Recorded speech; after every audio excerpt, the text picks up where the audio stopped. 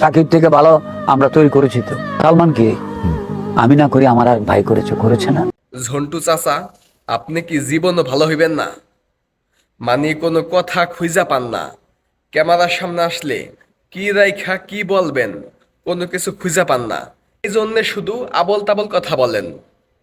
মানে কথা নাই বাতারা নাই, মন চাইলেও একটা কথা বলে দিলেন যে শাকিব খানের থেকে আমরা ভালো তৈরি করছি।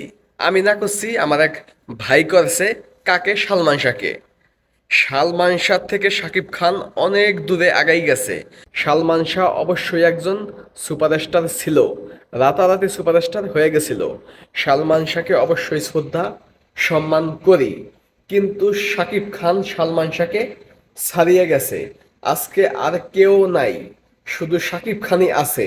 আজকে আর কেউ নাই, কারোর সাথে তুলনা করতে পারতাছেন না। এই জন্যে সালমান শাহ, যে কিনা আরো 30 বছর আগে মারা গেছে, তার সাথে তুলনা করতেছেন। ভাগ্যেশ সালমান শাহর প্রথম সিনেমা আপনার সাথে না। যদি আপনার সাথে হতো তাহলে আপনি মাটিতে পা ফালাইতেন না। শাকিব খানের প্রথম সিনেমা আপনার সাথে না। যদি আপনার সাথে হতো তাহলে আপনার পা মাটিতে পড়তো না। সালমান শাহ এবং শাকিব খানকে একজনই আনছে, এক পরিচালকেই প্রথম সিনেমা বানাইছে, সোহানুর রহমান সোহান। সেও কখনো এমন অহংকার নিয়ে কথা বলে নাই, এমন উল্টাপাল্টা কথা বলে নাই যে আমি বানাইছি, আমি জন্ম দিয়েছি, হ্যান ত্যান এসব কথাবার্তা বলে নাই।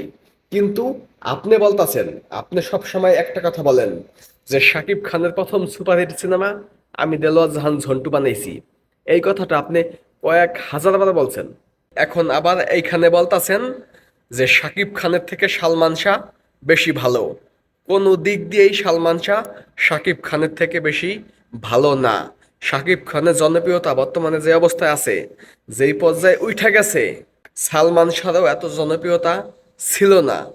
হ্যাঁ, বলতে পারেন 2020 সালের আগ পর্যন্ত শাকিব খানের জনপ্রিয়তা যেমন ছিল, তার থেকে হয়তো সালমান শাহ একটু বেশি ছিল। কারণ আগে শাকিব খানকে সবাই পছন্দ করতো না। বর্তমানে ইন্ডাস্ট্রির প্রতিটা শিল্পী, প্রতিটা আর্টিস্টের স্বপ্নের নায়ক শাকিব খান। জীবিত থাকা অবস্থায় শাকিব খান স্বপ্নের নায়ক। বাংলাদেশের মানুষ তো বোঝেন নাই, মারা গেলে তারপর তাকে সম্মান দেয়।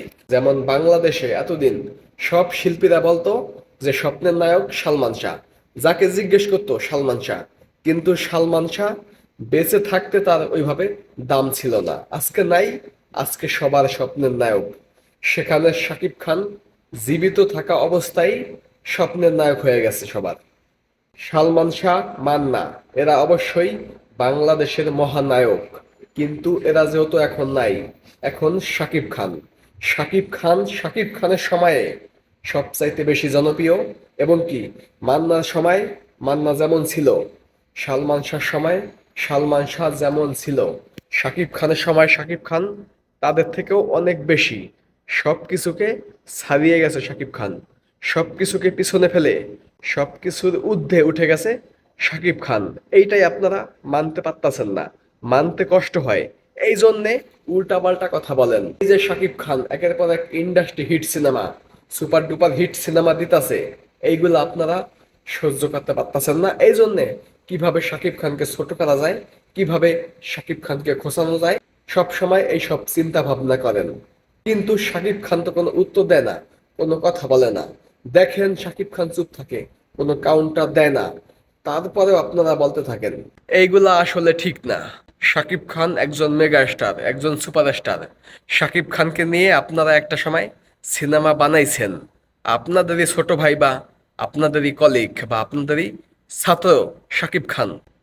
আপনারা আপনাদের শিষ্যকে নিয়ে, ছাত্রকে নিয়ে গর্ব করবেন, প্রশংসা করবেন, প্রশংসায় ভাসাইবেন। সেটা না করে হিংসা করেন। হিংসা করেন কেন? শাকিব খান শাকিব খান, হিংসা করলো শাকিব খান, হিংসা না করলো শাকিব খান।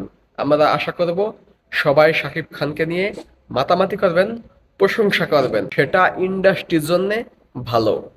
শাকিব খান হয়ে গেছে, শাকিব খান তৈরি হয়ে গেছে।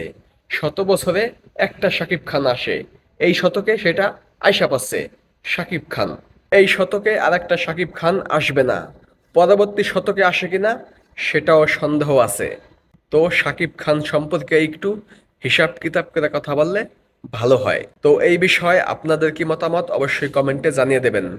তো ধন্যবাদ সম্পূর্ণ ভিডিওটা দেখার জন্যে। আরেকটা কথা, যদি এখনো চ্যানেলটা সাবস্ক্রাইব করে না থাকেন, প্লিজ প্লিজ এখনই সাবস্ক্রাইব করুন। ধন্যবাদ।